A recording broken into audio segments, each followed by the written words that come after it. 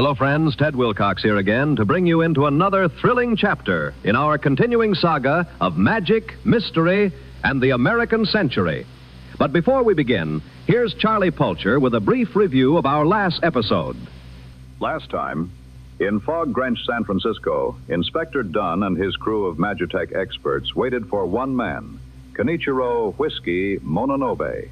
Whiskey boarded with a simple mission: meet the Asnan Hada, a ruthless Marrow syndicate, and set the stage for a future drug bust.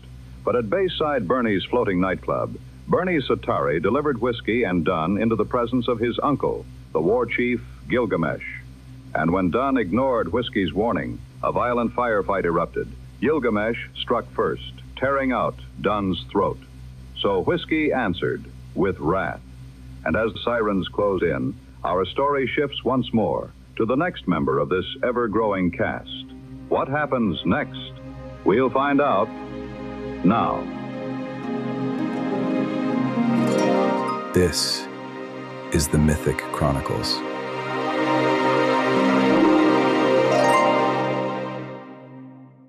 Entry 1, Crime Wave. Chapter 2, Mickey Gets a Job.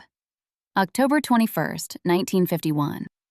The golden California sun rose into a cloudless sky, lighting up East Palo Alto's flowering fields and flooding the morning with infinite promise. At a quiet creekside rest stop, a stream gurgled merrily, offering sanctuary to birds flitting in search of food, or whatever else their feathered hearts desired. Locals cherished their second summers, believing crisp, clear days like this to be the best weather in the world. Fall's goodbye kiss before the cold, wet winter took hold. It was bright. It was beautiful. And it was pissing Mickey off something fierce. Screw off, she groaned, yanking her jacket, which currently also served as a blanket, over her eyes and rolling over in the back seat of her heavily modified 1941 Ford Super Deluxe. The maneuver helped reduce the light. It no longer felt like it was stabbing at her eyelids with tiny knives, but it did nothing about the thrice-damned birds. Grimacing, she groped for her purse, glass clinking as empty bottles shifted with her movement. Where in all the hells had she left it? After a moment of panic, she remembered she'd been using it as a pillow. She dug it out, fished out her Camels and lighter, and sat up, wincing as sunlight seared her retinas. She lit up and took a long drag, filling her lungs with smoke. By the nines, saggy coin purses, her head hurt. Eyes now adjusted enough to glare at the beautiful scene, she muttered, "I'm not falling for your..." The piercing wail of a train's horn cut her off. Mickey jolted upright with a yelp, cracking her skull on the ceiling and dropping the cigarette in her lap. "No good, dirty son of a..." she grumbled, burning her fingers as she fumbled the cherry. "By the gods, I'm on to you." She ratcheted her glare into her best glower. But the world and its smug, feathered conspirators remained unimpressed. She took a second drag, leaning back as the locomotive thundered past, its rhythmic clatter dulling the edge of her hangover. Survived another one. Of course. Mornings like these always dredged up the same bitter question. How could a world so bright, so tranquil, be the same place she clawed her way through every day? Her cigarette had burned down to the filter, and the last train car was a speck on the horizon when the Super Deluxe shifted and a familiar voice broke her reverie. "Morning, boss. What you doing?" "Bullet," she murmured, blinking as her thoughts snapped back into place. "Contemplating. Deep, deep contemplating." "Oh, yeah, sure thing," came the reply. The voice was harsh and alien, but delivered in the cadence of a certain cartoon bunny. "And as much as I hate disrupting what is obviously deep and world-shaking thoughts, you said you'd start early today. Also, you wanted me to remind you that you missed this month's payment to Madame D'Antona and the Lament." Mickey grimaced, crushing the stub into the overstuffed ashtray. "I don't remember saying anything about payments." "So I added that second pot. Still, there's work to be done and money to make. After LA, you're back to zero. And last night you promised things would be different. So rise and shine. It's a new day, a fresh start, a clean slate. And all that inspirational nonsense you humans blather on about. Not me, Mickey said, stretching. I hate everything. Be that as it may, Bullet pressed. The fuzz awaits. Fuzz? She echoed, tucking her gold bear paw medallion into her blouse. Yeah, you know, the brass, the heat, smokies, coppers, the boys in blue, the boot. You've got to cut back on the gangster flicks. And you've got to stop being so cranky, he shot back. I told you, you should have sprung for a motel. Mickey rubbed her face. It's not getting to sleep, or where I sleep, that's the problem, she said. It was the dreams that came after. Bourbon helped. Sometimes. Knocking over even more bottles, she wormed into the front seat and checked her reflection in the mirror. It wasn't kind. Red marks from her purse pillow creased her tan skin. Her sun-kissed hair was a tangled bird's nest, and her golden-flecked hazel eyes looked like someone had set off firecrackers behind them. And you're the one who won't stop talking about how broke we are, Mickey said, poking at the spot under her left eye. At least the shiner under Lefty's almost gone. Things are looking up, Bullet agreed. All right, she said, grabbing her duffel stuffed with workout gear. Time to put in the daily deposit. Be a dear and find a place with coffee, will you? Why do you do all that running, boss? Looking to get away from something? She opened the car door. No, Bullet, she said. It's so the somethings can't get away from me. And with that, she stepped out into the sun. Washing down the last of her breakfast with a sip of coffee, Mickey was feeling human again as she exited the freeway. She rolled to a stop behind a trailer packed with laughing children waiting to enter a tent-filled park. The air was rich with the delightful potpourri of a small-town festival. The aroma of grilled sausages, kettle corn, and damp earth instantly took her back to childhood, running wild through the county fair, sticky-fingered and barefoot in the dust. A banner fluttering in the breeze read, San Mateo Harvest Festival, Saturday, October 20, Sunday, October 21. She rolled past the festivities and pulled into her destination, a sheriff's office tucked into a strip mall storefront. I've heard of buying cops, Bullet quipped, but this is ridiculous. Mickey licked the last of the powdered sugar from her fingers. All right, serious time. No talking unless I talk to you first. Got it? Sure thing, boss. Zipping it up. Not a peep. Quiet as a shadow. Silent as the gray Bullet. The rambling cut off. Mickey glanced at the empty passenger seat, raising an eyebrow. After a few blessed seconds of silence, she gave a satisfied nod and stepped out of the car. A young family strolled down the sidewalk toward the fairgrounds. A mother, a father, and two little girls, all holding hands, all glowing with the easy warmth of a day spent together. A typical human family, on their way to some typical human fun. Except they weren't human. Their charms were decent, masking them as human, but she could always see through magical disguises. She'd never been able to explain where the true sight came from. It wasn't your standard human ability, but it certainly came in handy in her line of work. Ignoring the familiar sting behind her eyes as her sight activated, she feigned interest in a window display while tracking the mythics. Goblins, this time. Disguising their heritage didn't make them dangerous. More than likely, these folks were just another happy family out to buy funnel cake. And these days, more mythics wore guises than didn't. Hells, if she were in their shoes, she'd do the same. Still, she had been fooled before, so she watched. After a few moments, it was clear this group wasn't up to anything more sinister than indulging their daughter's sweet tooth, so she exhaled and crossed the street, heading back toward the station. The warm sun, crisp breeze, and distant music and laughter floating in from the fairgrounds blended together into something close to a perfect fall day.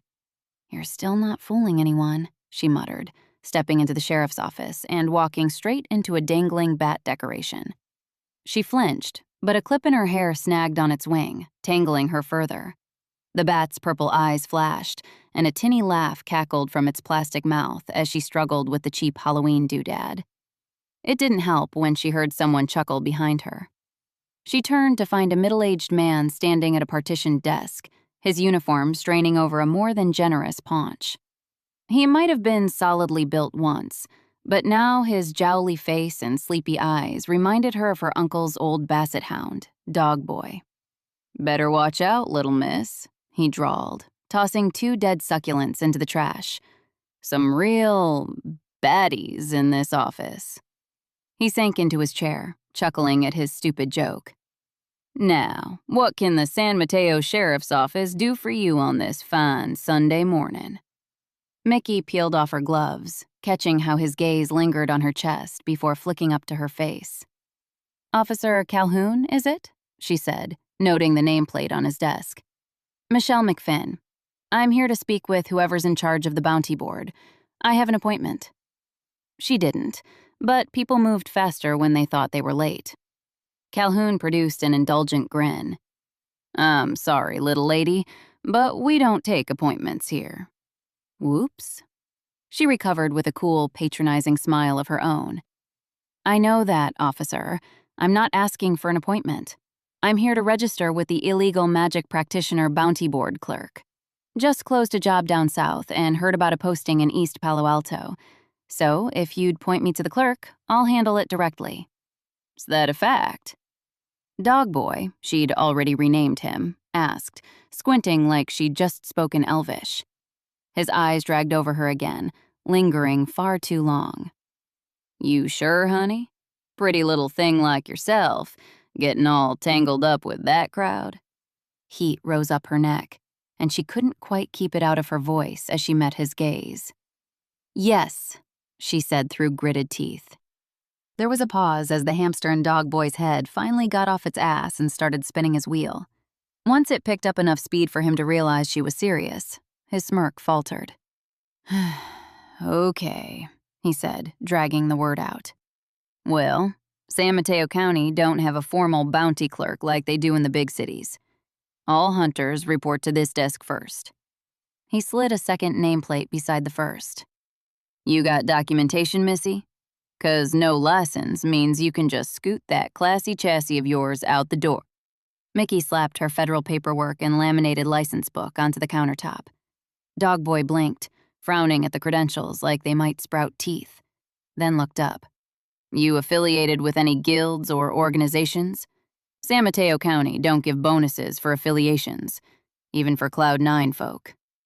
She gave a tight smile. "I work alone." He paused again, scowl deepening, but apparently couldn't come up with another reason to say no.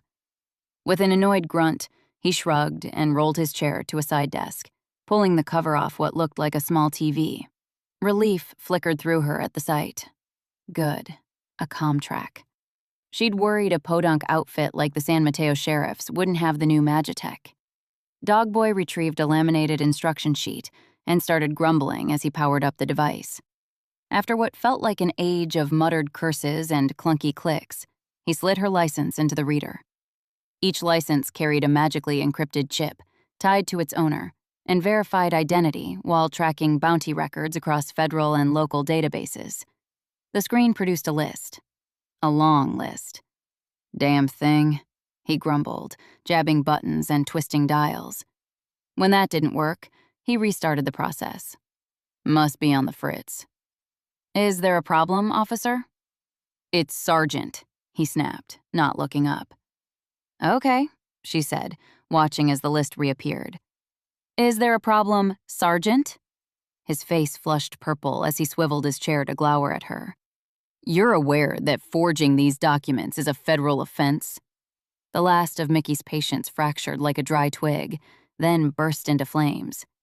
"And you're aware," she said, a small smile tugging at her lips, "that accusing someone of a federal crime based on nothing but misogynistic bias is a great way to get your flat-footed ass kicked so hard your balls might finally drop. Sergeant." Dog Boy froze. His neck and ears flushed an ugly red, his face ballooning into something resembling a festering boil.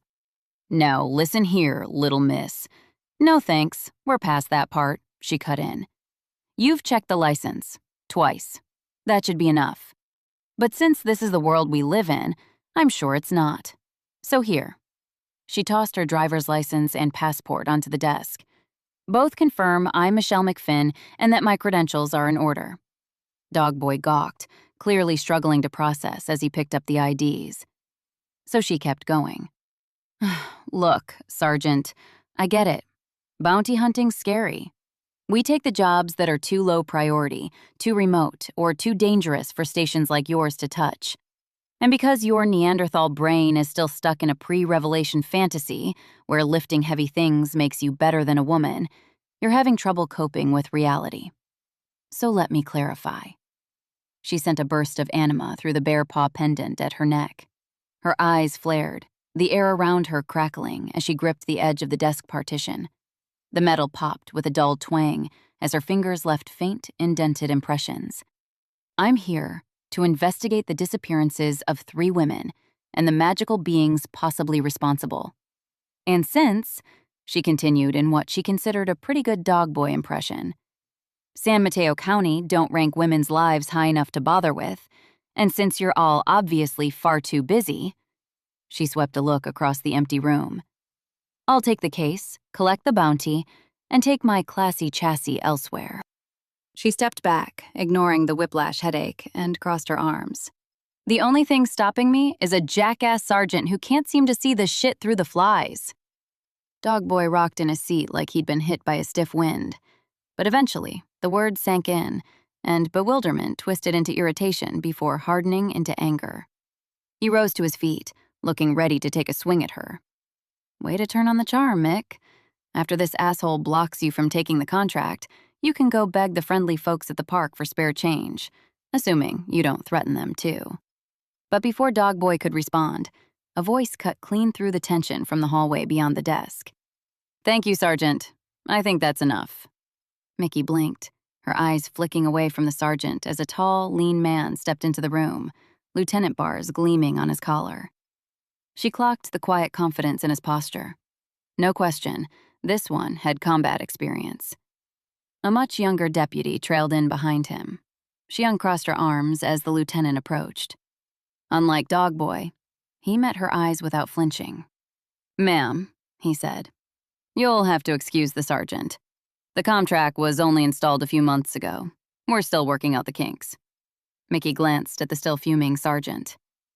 I'm sure that's the problem, she said, letting her eyes flick below Dogboy's belt as she arched a brow. Faulty machinery. The lieutenant's lips twitched, but he kept his face neutral. Do you mind stepping outside while we get things sorted? I'll be right with you. She opened her mouth, thought better of it, then gave a curt nod and stalked out. Unfortunately, the drama of her exit was somewhat diminished when she got tangled in the same bat decoration on the way out. Blushing, she didn't look back as she yanked the door open and stormed through it, the damned bat laughing all the while. Outside, she leaned against the storefront, glaring across the street at a flyer for an event called the Carnaval de Otoño, doing her best not to fume.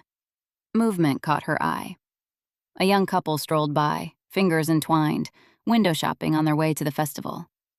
The woman must have said something funny, because the man burst into laughter as they rounded the corner and disappeared. Damn it, she muttered. The tall, lean sheriff emerged from the building, a folder in hand, the younger deputy close behind. Miss McFinn, is it?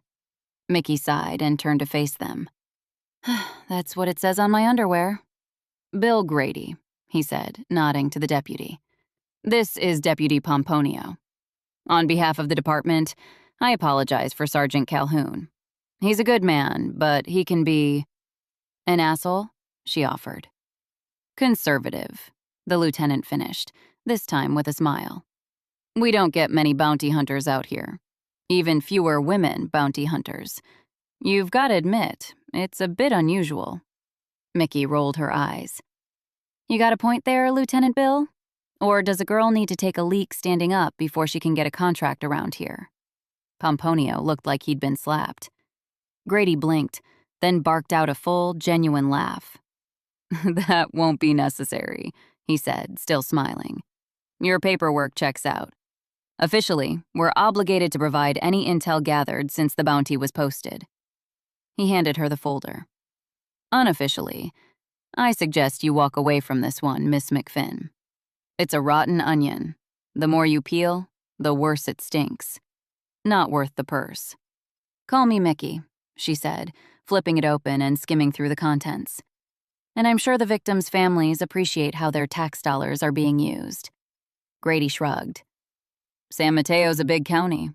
We've only got so many boots on the ground, and some cases require more resources than we have.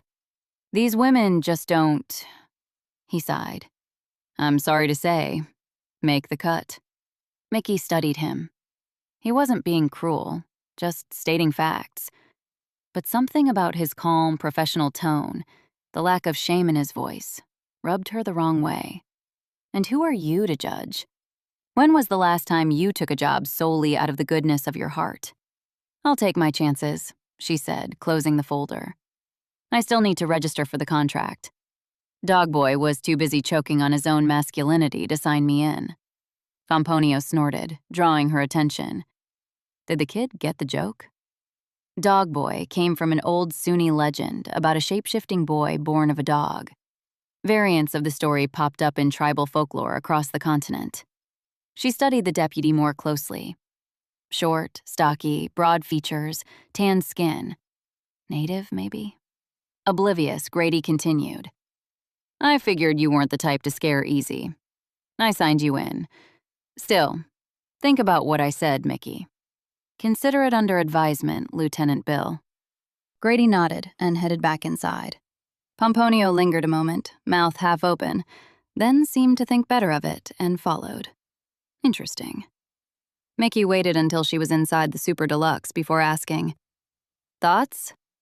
Her hair stirred, like caught in a breeze, despite the rolled-up windows. Bullet answered, "I don't know, boss. Maybe we should—" What did he say? "Skedaddle? That's a fun word. Skedaddle, skedaddle, skedaddle. It gets funnier the more you say it." Mickey's eyes flicked upward in exasperation. "I don't like being told what to do," she said, tossing the folder onto the passenger seat. "Did you get a look at Pomponio?" "The native kid? Yeah, why?" She smiled. Bullet had a better eye for bloodlines than she did. If he said the kid was native, he was. He seemed like he had something to say. "He's a young guy. They always have something to say." Mickey gripped the steering wheel, tapping it with her thumb. "Perhaps," she murmured. "Tail him. Let me know if he does anything weird." "You got it, boss." She picked the folder back up, then paused. "No stopping for donuts." "Ah, come on." "No." "Fine. But if I find anything dead, I call dibs." Mickey rolled her eyes. "As long as it isn't part of this case." "You can be a real stick in the mud, you know that?" Mickey flipped open the folder and exhaled. Stick in the mud or not, she had work to do.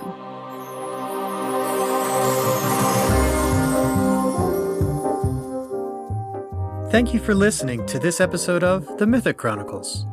The story continues every Tuesday and Thursday. If you're enjoying the journey, please consider rating and reviewing the podcast. Your words might help bring more mythics into the fold. To listen ahead, unlock bonus content, and gain access to VIP Discord roles and behind-the-scenes updates, check out our Patreon, or visit us at SeanTLaffertyBooks.com. I'm Sean. Thanks again for being here.